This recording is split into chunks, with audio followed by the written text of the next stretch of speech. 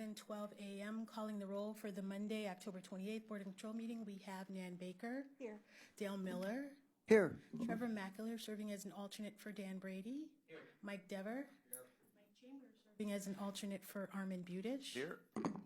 Lenora Lockett. Here. Angie Rich serving as an alternate. Amy Hemmeline, serving as an alternate for Mike Chambers. Here. We have a quorum. Okay, review of the minutes. Can everyone take time to take a look at the minutes from 10/21, 21st Board of Control meeting? If there's any corrections to the minutes, let me know. Hearing none, I motion to approve the minutes. Do I have a second? Second. All those in favor of the minutes indicate by saying aye. Aye. Opposed? Okay, the Board of Control minutes are approved. Public comment. We have no public comment at this time. Okay, tabled items.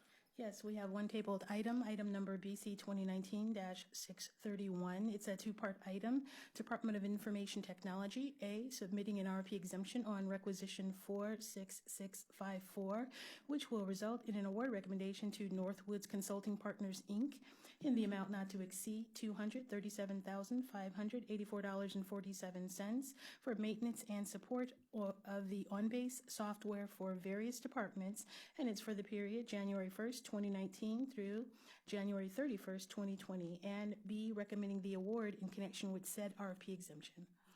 Janelle Green, Department of IT. This contract is to provide support and maintenance for the county's on-base licenses that cover the fiscal department, OPD, and also various departments in HHS. And this support is dating back to, again, January 1 to continue the support and maintenance through January 31st of 2020. Okay, are there any questions on the item? Councilwoman Baker? All right, so we're back with this contract. We asked you for some specific questions or answers from our specific questions. I appreciate those answers. Mm-hmm.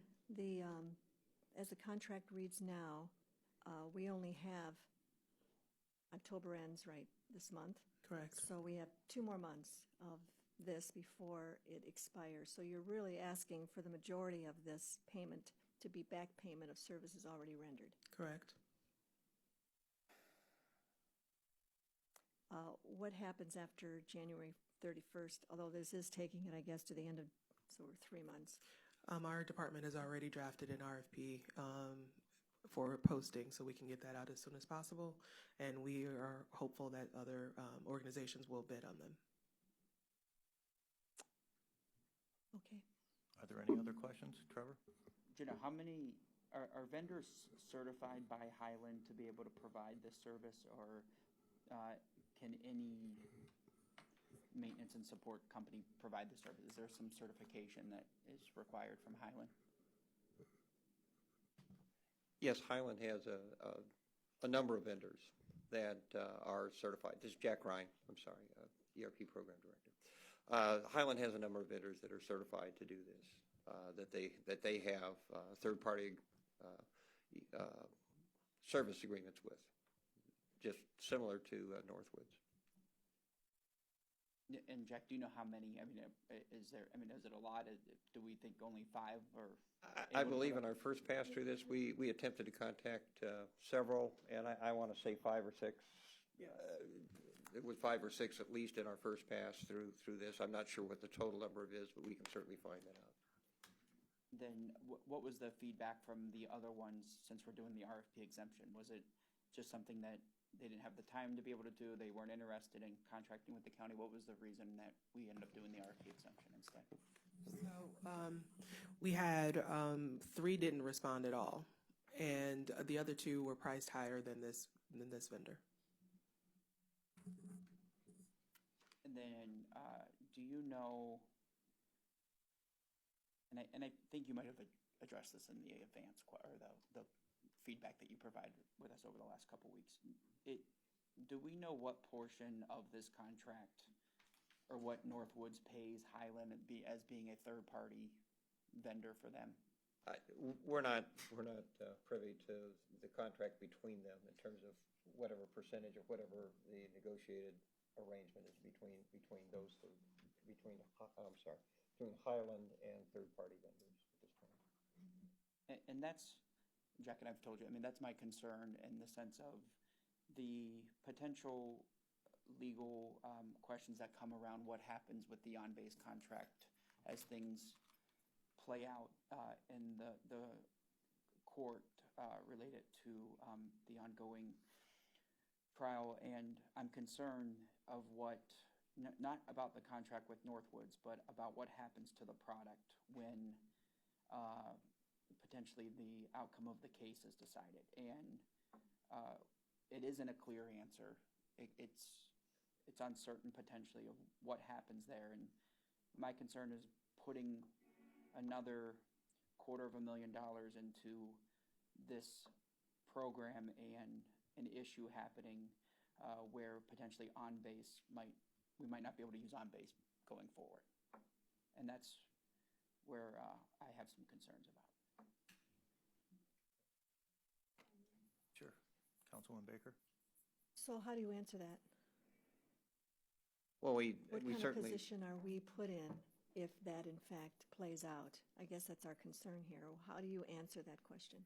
well, certainly not a lawyer, so I don't have a way to predict or even estimate the outcome of the legal proceeding. Well, I'm not asking you to predict the outcome. I'm asking that if the outcome were to go that way, what position does that put us in negotiating with Northwoods?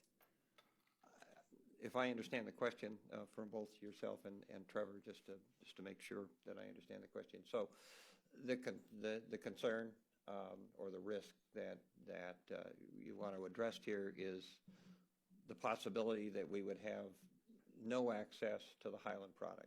Okay, and that would mean that a lot of customers wouldn't have access to the Highland product. I guess a lot of within the county. I mean, it's used statewide on a number of things. I don't even have a list here. So I'm assuming that there would have to be some arrangement, and I'm assuming. Okay, I'll preface it with that in capital letters. I'm assuming that there would have to be some arrangement made for Highland's customers. Even if there was something that occurred at that level. We certainly hope that it doesn't go that way, but we don't have any control directly over that at this point. And we do have products ourselves that we need to, right now, get under contract, which is what we're talking about here. Councilman Miller? Am I correct that this contract is needed for the ERP system and the agenda manager in particular? Yes, sir. Okay, thank you. Trevor? Mr. Chair, I mean, to that point there, I mean, that's the difficulty in this contract is that we need this to move forward with the ERP project. We're not sure what could end up happening with the on-base product that the county currently uses. And we're kind of stuck between rock and a hard place. We don't know what could happen with the product in a year from now, 2 years from now, when all this plays out. But without this maintenance contract, Jack and his team can't go forward with the ERP project. That's correct. Councilman? I just have to say that on-base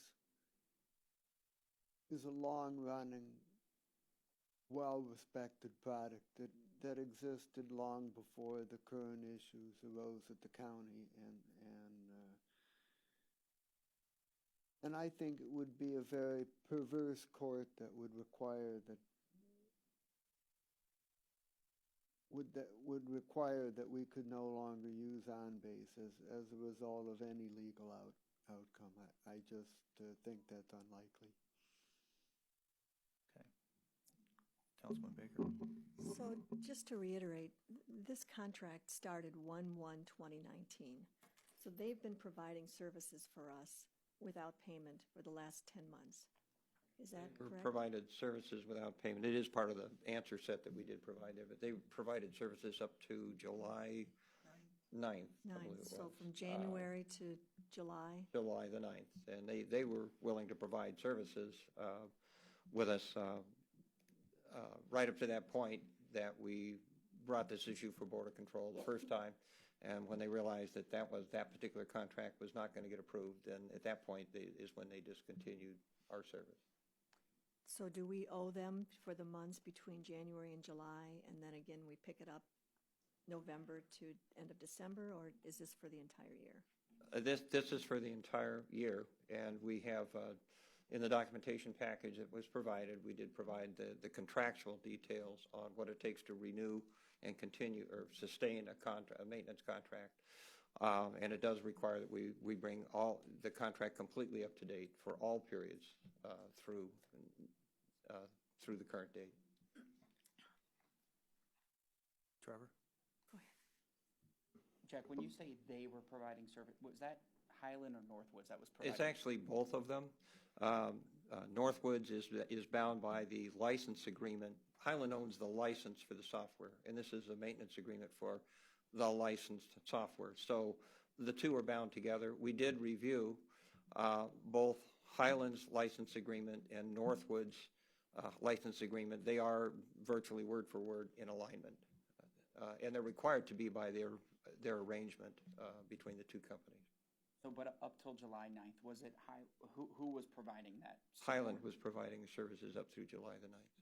And then just for clarification on your responses that you provided last week, if this contract goes forward, does Highland agree that we do not owe them any money then for the services that they provided, or is that still not answered? No, that's been answered specifically.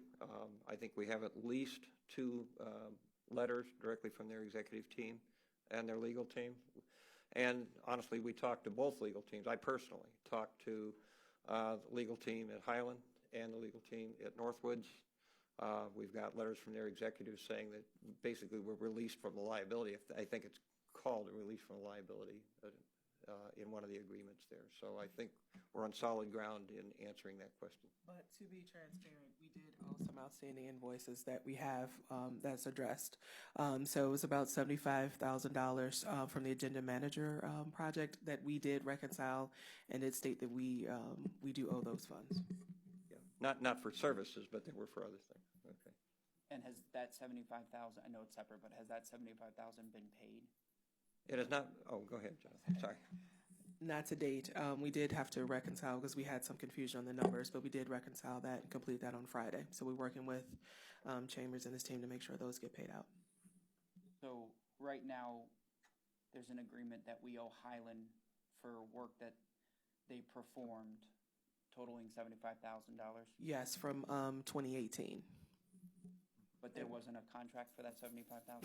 Yes, it was. The contract for those services expired on December 31st of 2018, and all of the work that was completed was done prior to the end of the year. So we submitted those payments to fiscal for payment, and they never were paid. So they want to close out that contract, and those are the funds that we need to pay in order to close out that contract. Is there enough money in that contract, or is that going to require a contract amendment? We didn't decertify anything. There was actually more than enough. I think it was about $112,000 in that contract, and we made sure that those funds did not get decertified from that contract and that index code. And for that it's under that same contract, correct? Though it's not Yes. being paid under a different contract. That is correct.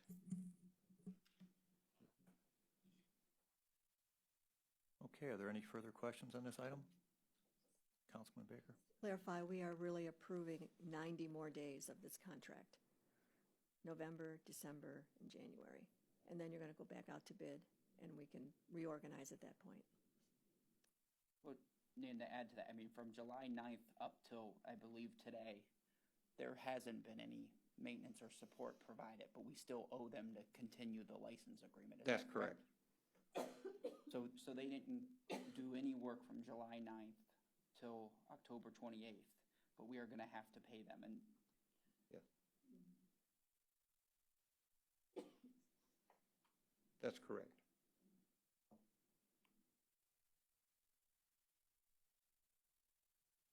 So how have we managed without having them there since July 9th to October 28th?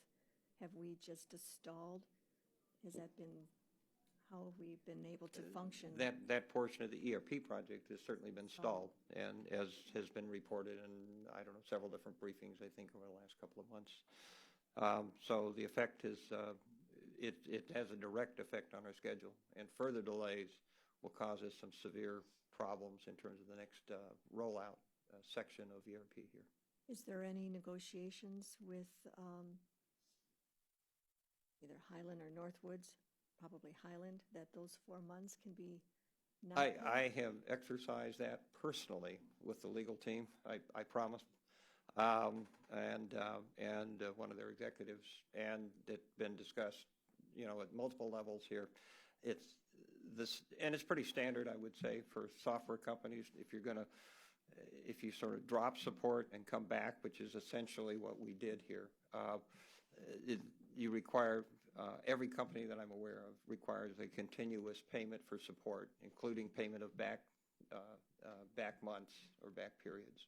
Okay, so I don't think that anything they're requesting is out of the ordinary in the industry, unfortunately.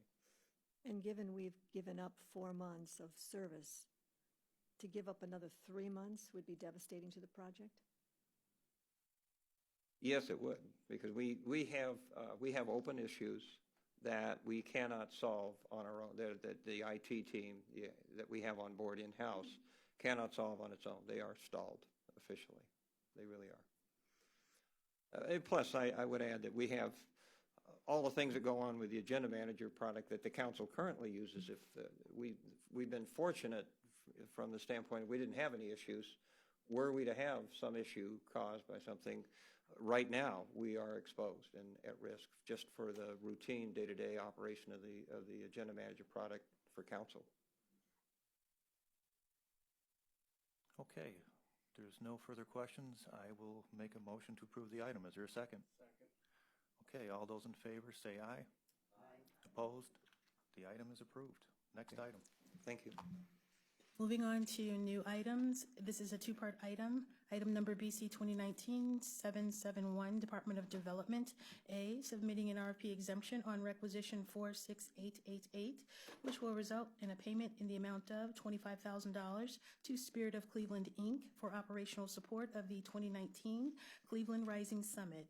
And it's for the period October 29th, 2019 through October 31st, 2019. And B, recommending the payment in connection with said RFP exemption. Sir, good morning. Yes, good morning. Ted Carter, Director of Development. Members of the Board of Control, thank you. Requesting approval for this item for the Cleveland Rising Economic Summit, which is scheduled to begin later this week. This is a one-time payment that will offset hard costs that are associated with the execution of the conference. It is about 1% of the total budget. Our investment is part of our contracting line within our general fund allocation, and is consistent with both the 5-year economic development plan, which we're responsible for, as well as the county's strategic plan. Approximately 1,000 residents from across the county are scheduled, have signed up to participate. And there was a couple of questions that came in on Friday. I apologize for not being able to get back to you. The response to one of the questions evolved over the weekend, so I'm prepared to answer. I'm not aware of any City of Cleveland investment at this point. I would note that relates to your first question.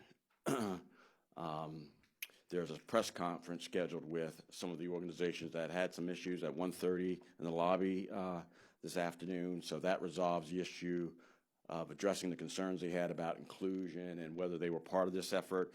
The City Council President will be participating in that press conference. So that, I think, covers both of those questions to a degree. Okay, thanks, Ted. Are there any questions on this item? Trevor? Good morning, Ted. Just a couple of follow-up questions that were asked in advance regarding, I think you mentioned this is 1% of their total budget. Can you just go over what are the other funding sources and how much the City of Cleveland is contributing? And also the event starts tomorrow, so why is this here right now? Okay, I'll start with the last one. I don't have a good answer for why this is just getting processed today or submitted for approval. The other funders are GCP, Jumpstart, I believe the Cleveland Foundation. there's some private sector entities that are members of the investment pool, I'm told. And I don't have an answer with respect to the city of Cleveland. Are there any further questions? Councilman Baker? So the city of Cleveland apparently is not investing in this conference, but they're going to be performing the press conference? The city council president will be represented at the press conference. I can't tell you definitively whether the city of Cleveland, since that public auditorium, made that an in-kind contribution. I couldn't get that answer for you as to the amount of their investment. So I guess implied in that question is, why is the county investing? For three reasons. One, is consistent with the plans that I articulated. Two, the geography that this covers encompasses the county, and it's important that we continue to show and demonstrate leadership with respect to our county strategic plan objective of regional growth and collaboration. And so the fourth element, which is embedded in this conference will focus on the principle of equity and inclusion. So it's one of the first visioning efforts that is more grassroots oriented than top down, although this is kind of a hybrid approach. So are you confident that the press conference today has brought a meeting of the minds and that you won't see protesters out there during the summit? That I cannot guarantee. Obviously, I'm told, I haven't been in these conversations firsthand, by one of the chairs, that this is a meeting of the minds and that the concerns that have been expressed by some of the organizations that will be represented have been satisfied. And so that's the objective of showing this unified front. You know, there could be residents that's where they say that leadership doesn't reflect my point of view, so I can't comment on that, Councilwoman. And do you believe, and I would assume the answer would be yes, but do you believe that this summit is in line with what we believe, and that the objections that have been raised do not have a basis? That's a tricky question, Councilwoman. Sorry.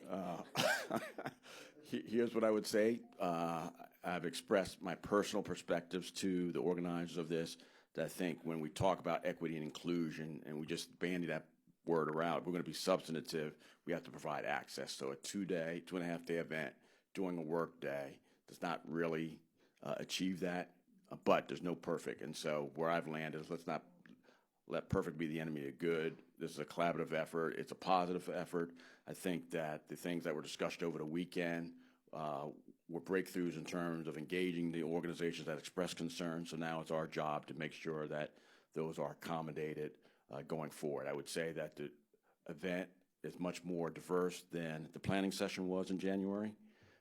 And so they've heard concerns, but it'll continue to get better. And so our hope by participating is that, you know, positive outcomes will be achieved. And so the discussion and the input, I think, is a good first step. Okay, Trevor? Ted, when did you realize or know we were going to put in $25,000 for operating support? That's a good question, Trevor. I don't have an answer for that. We've had soft discussions about supporting it, but I can't say definitively when I personally knew, yeah. Are there further questions? Just one final. So it's appropriate to say that you are listening to those that are protesting, and that this press conference is evolving from that, and that you support what it is that perhaps needs to be changed, not only this time, but the next time we have a Cleveland Rising Summit? Yes. Okay, are there any further questions? If none, I move to approve the item. Is there a second? Second by Trevor. All those in favor indicate by saying aye. Opposed? The item is approved. Moving on to the next item, it's a two-part item. Item number BC 2019-772, Department of Information Technology. A, submitting an RFP exemption on requisition 47043, which will result in an award recommendation to Dell Marketing LP in the amount not to exceed $80,947.22 for the purchase of 125 Microsoft Office subscription licenses, 16 Windows Server licenses, and 96 Windows Server Access licenses, and 3 SQL Server licenses for use by the Board of Elections. And B, recommending the award in connection with said RFP exemption. Good morning, board members. Dennis Sullivan, Department of IT. This purchase is being done via the enterprise agreement that everyone should be familiar with that expires on the end of June in 2020. This will bring the Board of Elections up to date for functionality under Office 365. Particularly of concern to them was email functionality, and also they had a recent state audit, and this brings them up on the security side with a product that's inclusive in the Microsoft platform called Azure. So this will take care of those aspects for them and concerns. There was a question that came out late Friday night in regards to a comprehensive look at the purchasing of Microsoft and the economies behind it. Back when I'm being told that back when the enterprise agreement was first put forward, people obviously did want to participate and others didn't. Much like a couple meetings ago, we had corrections officers, sheriff's department coming forward with license. So the answer to the comprehensive aspect is yes, this is a comprehensive look at it, getting everyone on board to co-term on 6/30/20, and obviously it'll go out to rebid then. Okay, are there any questions on this item? Councilwoman Baker? Sorry, I'm looking at this quickly.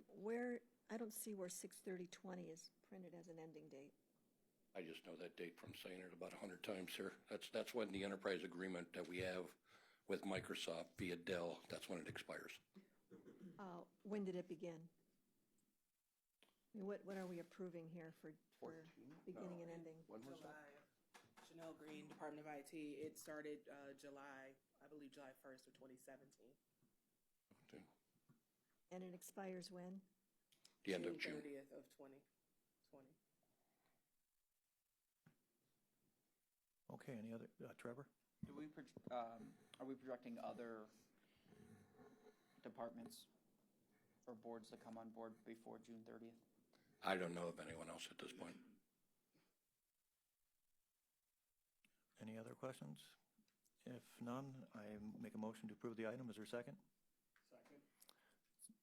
Second by Mr. Dever. All those in favor indicate by saying aye. Aye. Opposed? The item is approved. Thank you. Next item, BC 2019-773, Department of Information Technology, submitting an amendment to a contract with iData Consulting Services, Inc. for maintenance and support services on the Synapse Publisher Web Content Management System, and is for the period August 20th, 2012 through August 19th, 2019, to extend the time period to December 31st, 2021, and for additional funds in the amount not to exceed $37,076. Debbie Daftovich, Department of IT. This is a contract for our current web content management system, which we use to update all the various websites that we host and maintain throughout the county. Okay, are there any questions on this item? Councilwoman Baker? Yeah, we had several questions in writing. So the first was, why is it 2 months late? I take responsibility for that. I assume that the contract ended on 12/31, which is what we've been trying to do to calibrate all of our contracts. As soon as I found out that it ended, we put the action in OnBase and started working with the vendor. Okay, and I see this contract ends at the end of the year, so you should be on that calendar. It ends at 12/31/2021, correct? Secondly, we asked if this service would be needed after the ERP. Is that something that is part of that, or It's not related to Not related. ERP at all. okay. Does it need to be compatible? No. And why are there so many amendments? We've had this product since 2007, and I guess it would just be a question for OPD. The scope has not changed since the latest amendment, so this is basically for services and support for the system. So we could go out for a new contract if we still need it at the end of 2021. We're hoping to phase this product out. We went out for an RFP in 2016 to select a new vendor, and we're migrating the sites over to that new platform. So there may be a chance that we need it beyond 2021. It just depends how quickly we can get through some of the work. This contract will be how old at the end of 2021? We've had the product since 2007. 2007, so we're in 2019. That's a long time not It's to a long time. right go out and see It's if there's dinosaur years, and IT. So did I understand you to say that in the end of 2021 or nearing 2021, at the end of this contract, you will go out and take a look and see what other? No, this is a sole source vendor, so there's only a couple people that maintain this system. It's a custom application, so we have no other options for support than with this vendor. But we moved to a new platform. We're trying to migrate all of those sites over to the new platform, so we're hoping that we can get a lot of work done in the next couple of years if we're able to add some additional resources and migrate to the newer platform. So that begs the question of why this isn't a sole source ask instead of a, It is a sole source system, from the beginning. yes. Okay. Okay, any other questions? Okay, if there's, Trevor, no? You're good? Okay, sorry. Okay, no other questions. I move to approve the item. Is there a second? Second by Mr. Dever. All those in favor indicate by saying aye. Aye. Opposed? The item's approved. Thank you. Next item. Item BC 2019-774, Department of Information Technologies, recommending an award on requisition 46974 and to enter into a contract with Canto Inc. in the amount not to exceed $24,400 for cloud-based digital asset management system services. And it's for the period October 28, 2019 through October 27, 2021. Morning, Jonathan Schick, Multimedia Manager, Department of IT. This is a photo and video asset management system, something that will help us disseminate photos both to our internal and external clients and partners. It's a 2-year term. It was bid out on BuySpeed twice informally. We only got the one valid response. It's unrelated to ERP and no need to be compatible with ERP in any way. It's a product we're excited to use. Any questions? Any questions? Councilwoman Baker? I haven't had a chance to look at your response, but this is brand new. Brand new, yes, ma'am. And is there a reason why now and not earlier than this, or what is it that prompted us to move ahead and add this item? It's a product or a type of product we had researched for a while. We had tried a hardware-based solution last year and ran some tests on it, but didn't feel it would adequately support our colleagues over in HHS. They wouldn't have access to the content, so we moved to cloud-based. The need is there was we take photos for multiple departments and external partners, and we have a challenge in getting those photos out to all those folks. We kind of use a hodgepodge approach right now of things. A product like this will allow our end users to have download options. So if they need something for social media, they can download a smaller photo. If they need a photo for print, they can download a higher res image. So great options for our end users. And then we're going to have a single source sign-on, so the security measures are all there that the county likes.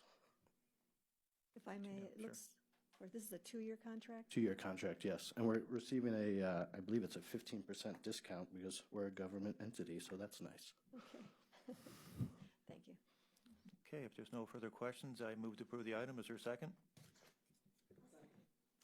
By Councilwoman Baker. All those in favor indicate by saying aye. Aye. Opposed? The item's approved. Thank you very much. Next item, item BC 2019-775, Department of Health and Human Services, recommending an award on requisition 46465 and enter into a sole source contract with United Way of Greater Cleveland in the amount not to exceed $277,333 for community resource navigation and med-refer services to residents of Cuyahoga County. And it's for the period January 1st, 2020 through December 31st, 2020. Good morning, Sabrina Roberts from the Department of Health and Human Services. This contract is to provide 24 hours a day, 7 days a week, referral services for our county residents. In addition, for anyone seeking prescription drug assistance, free or low cost, that resource is available at 211 as well. United Way of Greater Cleveland has a copyright to one of the one-of-a-kind databases of more than 4,000 health and human services agencies. They are the only entity authorized by the Ohio Alliance of Information and Referral Systems, called Ohio AIRS, through Public Utilities Commission's PUCO, to use 211. They are also the only entity nationally accredited by the Alliance of Information and Referral Systems. As a side note, in 2004, 211 was a joint, it was a joint project with the county and United Way to have this resource. They answer over 160,000 calls a year. They have also added a chat component, so it's internet friendly. As it relates to the patient assistance program, the medication referral side of it, they have saved our residents over $3.5 million in discount, helping people connect to discount drug programs. But without the discount cards, just the patient assistance programs where you walk someone through working with a pharmaceutical company on their eligibility, and they're different. There's hundreds of them, but they're different. We've saved residents $2.6 million. And then if you take out outliers like extremely expensive medication, it still is a net of $2.1 million in savings for Cuyahoga County residents. Are there any questions on this item? Councilwoman Baker. 211 is not used by individual cities, is it? No, resident cities, actually a lot of organizations use them in their resources to help them do their jobs as well. Okay, so I remembered Rocky River had a 211 system for residents to call in, but is that really That's going, the same system. thing is going to the county? Also, this is a one-year contract? Yes, ma'am. Is there a reason why it's just 1 year? Because this has been ongoing, right? This has been ongoing. Yes. Okay, so not, It could possibly go to multiple years, so we don't. has it always been 1 year at a time? No, about 6 years ago, about 5 years ago, I believe, it was a 2-year. Trying to think. You know, it's never been a 2-year. And when the government structure changed, I know there was some thought of maybe having a call center of our own, and I don't think those talks materialize. So it's always been on a 1 year. If you look at the standard rate of call centers, they're approximately $1 a minute. This contract sees about over 700,000 minutes. So this contract actually taps out. If we were to pay it per dollar an hour, it would tap out in March. So it's quite the value. It's a good service. I think it's been a proven service. Yes. It would just seem that you might get a better price if we were to take it for 3 years or 5 years and guarantee the time in exchange for a better price. So with your urging, we can discuss that going forward. All right, thank you. Any further questions on the item? If none, I move to approve the item. Is there a second? Second by Councilman Miller. All those in favor indicate by saying aye. Opposed? The item's passed.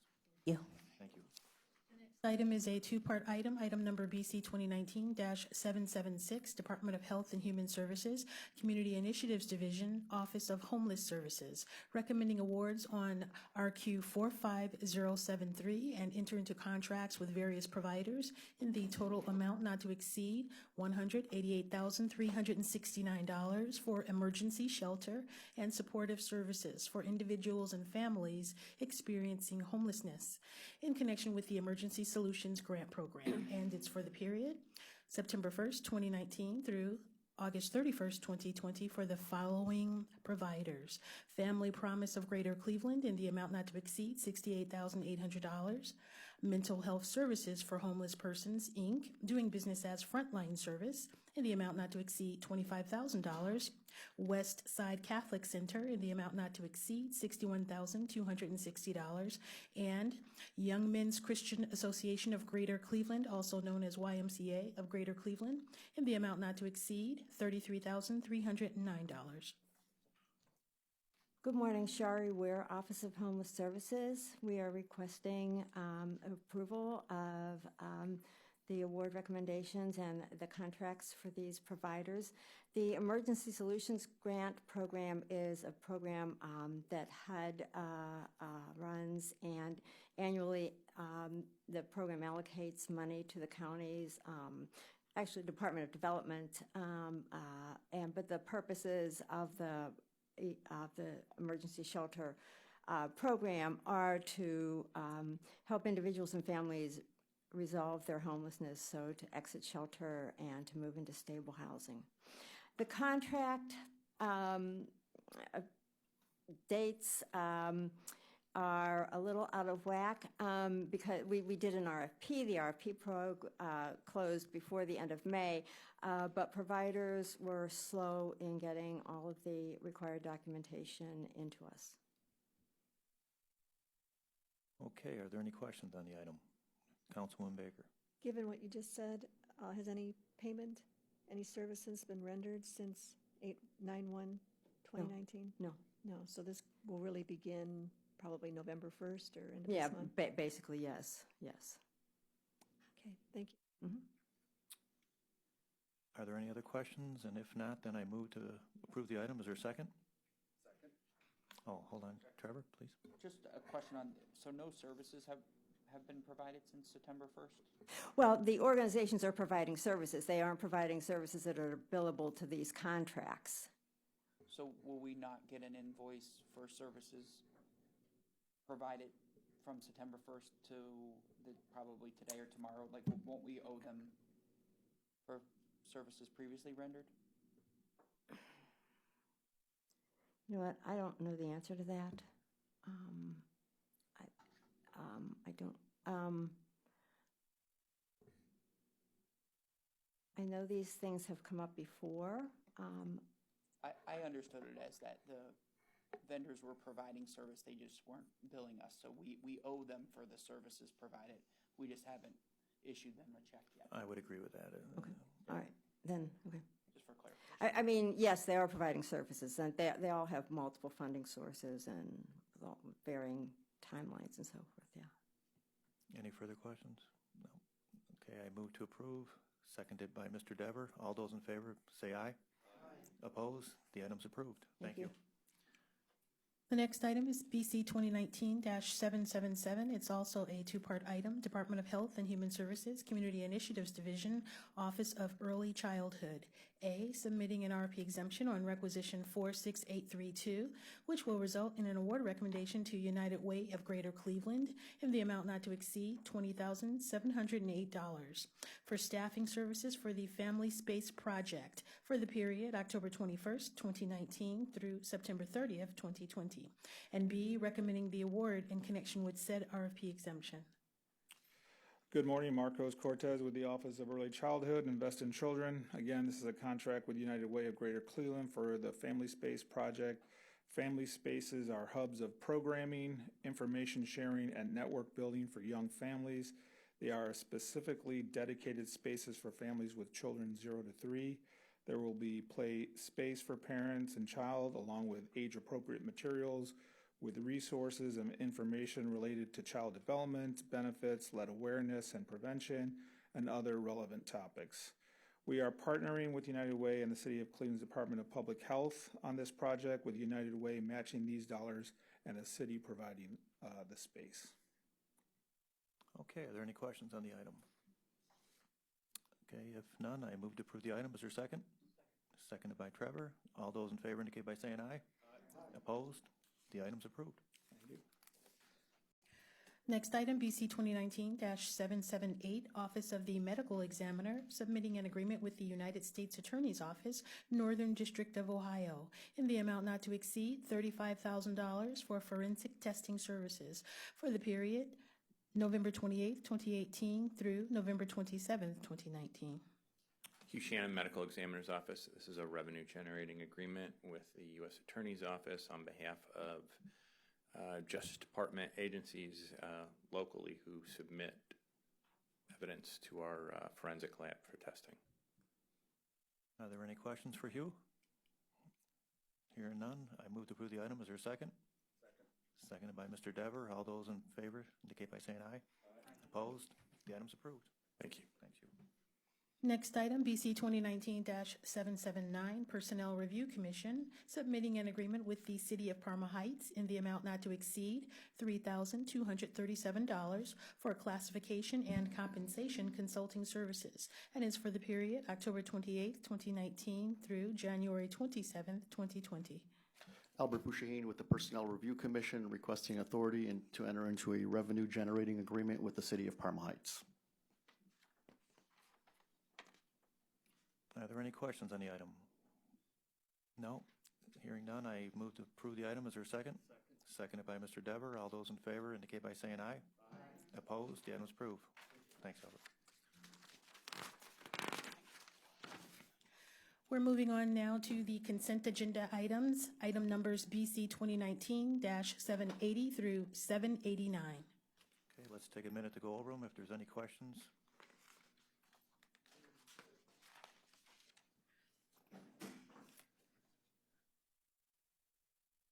County Council members did have 2 questions for 2 of the items under the direct open market purchases, and since I know that they didn't get a chance to review the responses, the first one was for requisition number 1946236 for identification wristbands for inmates from the Sheriff's Office. And the question was, are the identification wristbands for inmates something new?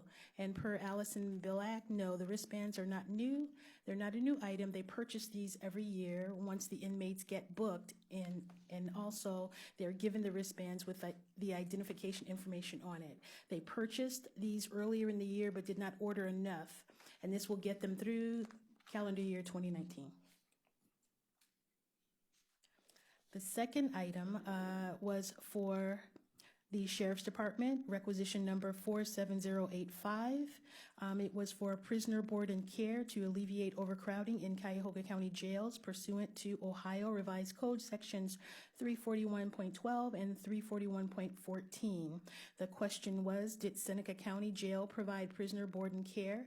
Is this ongoing, and how many prisoners were provided board and care for the amount of $45,000? And we do have a representative here to answer your questions.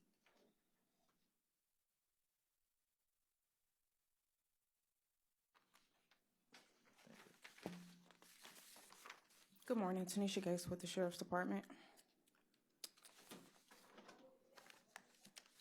And to answer those questions, yes, Seneca has provided prisoner board and care. We plan to continue to use them. I've been instructed that we currently have 9 inmates there that have been sentenced to several months, where we plan to leave them in Seneca. The most recent invoice was for those 9 inmates, totaling 156 days at $9,048. And this PO is not to exceed, so that it will cover any future charges as well. Okay, thank you. Are there any questions? Councilwoman Baker? Have been taken to Seneca. That's correct. And that's since when? September. September of this year? Yes, September. And this runs till when? This PO would be until the end of this year. Okay, so we have 9, and we have 3 months left. Actually, 2 months left. Do you anticipate that? What did the 9 cost us? The $9,048. Do you anticipate that we would be using the full 25,000 that's left? I doubt it, because from my understanding, we do not plan on sending anyone else out to Seneca, but that was just information provided to me.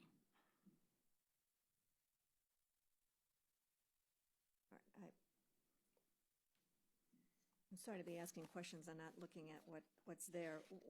When did this contract start? It would just be a purchase order not to exceed, so it's no contract, okay. And the inmates have been sent out there as of September, which was last month.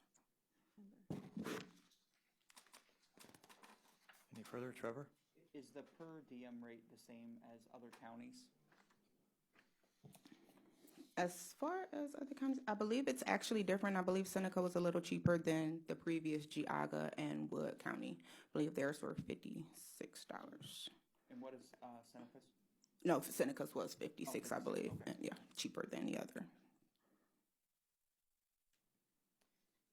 Councilman Baker? Just for clarification, so those 9 that were taken and would cost us 9,000, so that's about 1,000 per person? Well, it's actually $58. I said it was 56, so it's $58 per day per inmate. Okay. And as you stated, you don't think we're going to be using, That's what I've been told, that we will not be using Seneca anymore, just to house the 9 inmates that are currently there sentenced to several months. is there a reason then why you're asking for 45,000? Just to cover anything that we may occur going forward. So those funds are actually going to be encumbered and used for that purpose. Councilman Miller. Any reason why we're not using Seneca going forward? I would not have that answer. So I can find that out for you, though. Absolutely. Okay, thank you. Councilman Baker? Sure.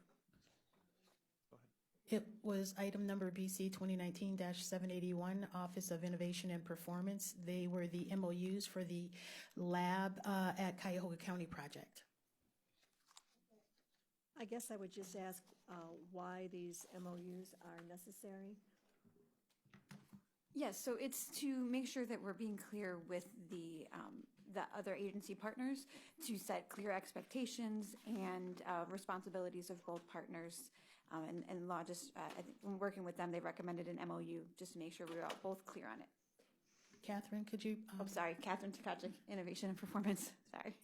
And is it necessary to have this approved before we go out for MOUs, as far as the budget that's been asked?